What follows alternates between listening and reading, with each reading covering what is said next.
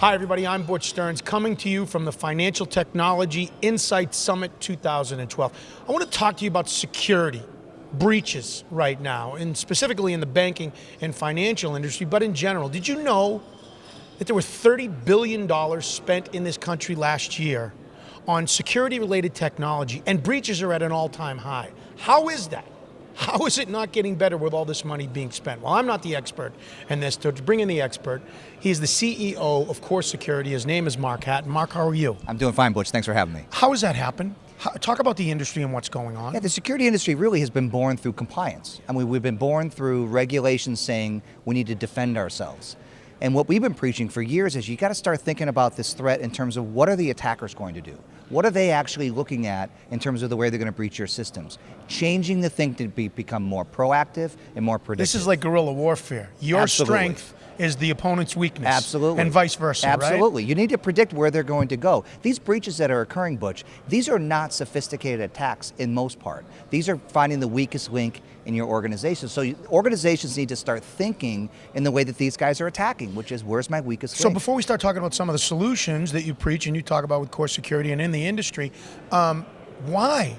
If that's the case, are not enough people thinking proactively? Why are breaches at an all-time high? Well, one of the problems, and there's been recent studies on this, one of the problems is at the CEO level, they're just not getting the right kind of information. I mean, if you think about a CFO gives you a standard balance sheet or a standard cash flow numbers, statement. All about numbers. Absolutely, and it's a standard form. Right. I can go to the next company, get the same kind of form.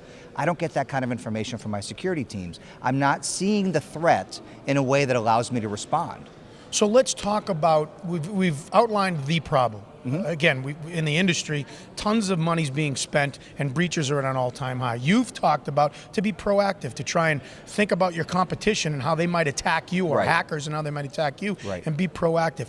What are some of the other solutions? Well, if you think about that point too, Butch, it sounds like motherhood and apple pie, right? I mean, it sounds like we'll be proactive. Why aren't we proactive? Yeah. Well, we're an industry that doesn't respond to threats proactively. You know, the security industry is born out of regulation. Well, that's just the nature. We're reactive. That's exactly right. That's exactly right. So what these organizations that we see that are really advancing their policies is they're getting ahead of it. They're looking at their systems and saying, you know what would an attacker do? And let's test ourselves in the same way that an attacker would. I mean, think about a doctor, right? If you think you might have a problem, you're going to go get an MRI. You're going to look at yourself through that kind of a system, right? Well, why not do the same thing with your security systems? Right.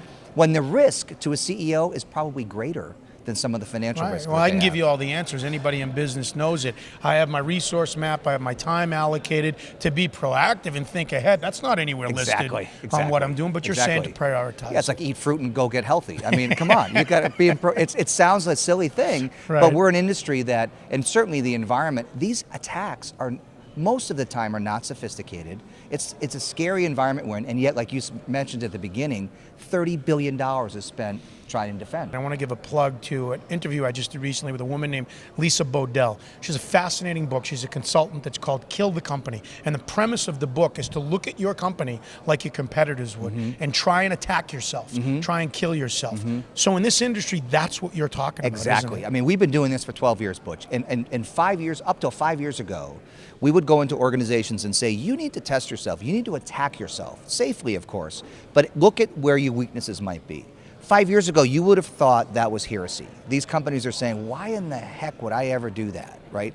That same premise that you just mentioned, that's the same premise that we've been preaching in security. I mean, because someone's going to find your weaknesses. You better find it before these attackers. All right, so I'm out there, I'm watching this interview here, I'm listening to you, and I'm like, this makes sense to me. I'm the head of IT at a small company, and I want to tell my boss, let's get ahead of this. Or I'm at an enterprise level or larger, and I'm a CISO, right? And I'm in charge of all this stuff. So map it out for me. How do I get my CEO's attention? How do I talk to the board? How do I get a seat at the table? How do I get a standard form or get some analytics that makes sense Well, to the him? first thing to do is to put it in the language the CEO understands. The CEO is going to say, is that latest breach that happened at Sony, can that happen to me? Tell me that that's not going to happen. Scare him. Scare him. And that CISO can't answer that usually in specifics. So what you need to do is put that in there. How do you do that? You create an analytical view, quite frankly, of your environment and say, put it in the world. I'm a CEO, Butch. I mean, I don't understand half the stuff that goes on in security, but I'm going to understand the summary, red, green, yellow. I mean, seriously, right. like, are my systems in danger or not? High alert. Summarize it for me. Yeah. Well, that means stop thinking defensively. Stop buying yet another piece of technology that's going to defend something. Start looking at it in a way, you know, that's more proactive. And I'm sorry to keep using that word, but that's what it is, right? Give me a summary so I can see what I have to take action on. And then how do you, forget the standard form for now in the industry, that seems to be a bigger issue, but what do I do as that head of IT? What numbers can I put around that? I mean, if we get a breach, I guess I could put the numbers around it and what could happen, right? Well, but I got to put some resources and time towards this. So how do I balance the numbers about what it's going to cost us and the value to us? Well, you think about turning that question around a little bit. So you've got people in the security and IT teams that are fixing things all the time. Yeah. Right? Yeah. How do you know, if you're the CEO of the company, how do you know they're fixing the right things? Because I can tell you they're not going to fix everything. There's not enough time. Right? So the way, form of the ROI or the return on any kind of investment is, are they working on the right stuff? So if I can show you the top 10 vulnerabilities that could exploit your critical assets, fix these 10 and your risk is going to go down maybe 70% to access to your critical assets, well then all of a sudden your team's more efficient. You feed that back into your existing systems, and not getting too technical, but now all of a sudden you're becoming intelligent. Your systems are becoming intelligent. So it's that layer of information that really drives, it's pretty minimal if you think about a breach costing $5.5 million on average, right?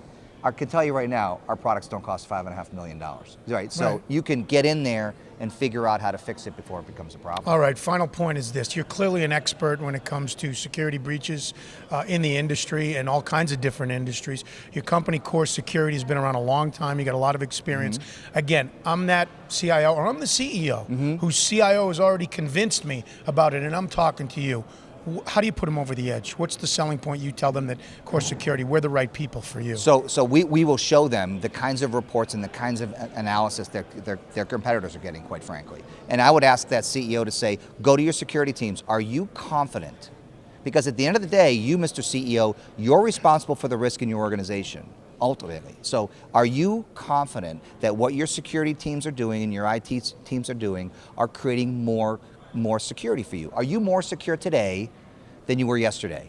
And if you're a CEO or a CFO of a company and you can't answer that question, you've got to demand that your teams give you that information. If it's not from Core, it's got to be from someone else.